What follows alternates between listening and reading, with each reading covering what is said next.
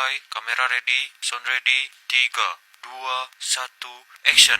Hai halo teman-teman, kenalin aku Syifa Taskia Budiman, biasa dipanggil Syifa dengan NIM 2509096042.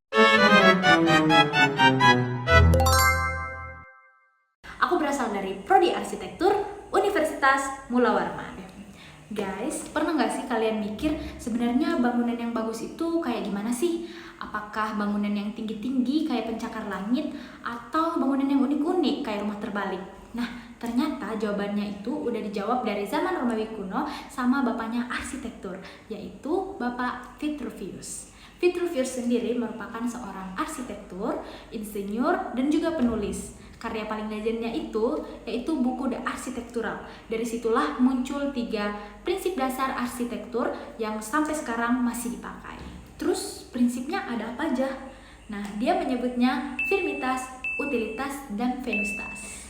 Oke guys, jadi kita masuk ke prinsip yang pertama, yaitu prinsip firmitas, di mana prinsip ini membahas soal kekuatan bangunan itu sendiri. Nah, bangunan itu sendiri dituntut harus kokoh, tahan lama, dan aman. Jadi, bukan hanya sekedar keren untuk dilihat, tetapi juga strukturnya harus kuat. Bayangin aja rumah estetik tapi roboh karena kena angin kencang, ya percuma dong. Oke guys, selanjutnya kita masuk ke prinsip yang kedua, yaitu prinsip utilitas, di mana prinsip ini membahas soal fungsi dari bangunan itu sendiri. Jadi bangunan itu harus bisa dipakai sesuai kebutuhan dan nyaman buat penghuninya. Jadi tata ruangnya pas, pencahayaannya oke, sirkulasi udaranya juga lancar.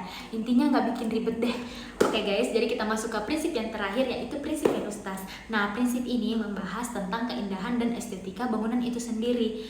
Bangunan yang bagus itu harus enak dilihat, punya proporsi yang pas kayak simetri tubuh manusia, jadi nggak cuma kuat dan berguna, tapi juga bikin orang betah ngelihatnya.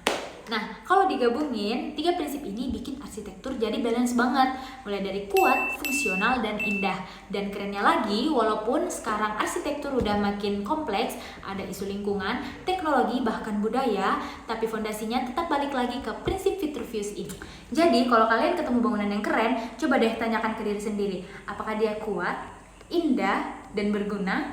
Kalau jawabannya iya semua, berarti arsitekturnya sukses. Oke guys, segitu dulu sharing aku tentang trilogi Vitruvius. Semoga bisa bikin kita lebih paham kalau arsitektur itu bukan sekedar bikin bangunan, tapi juga seni menyeimbangkan kekuatan, fungsi, dan keindahan. Sampai jumpa di video selanjutnya. Bye-bye.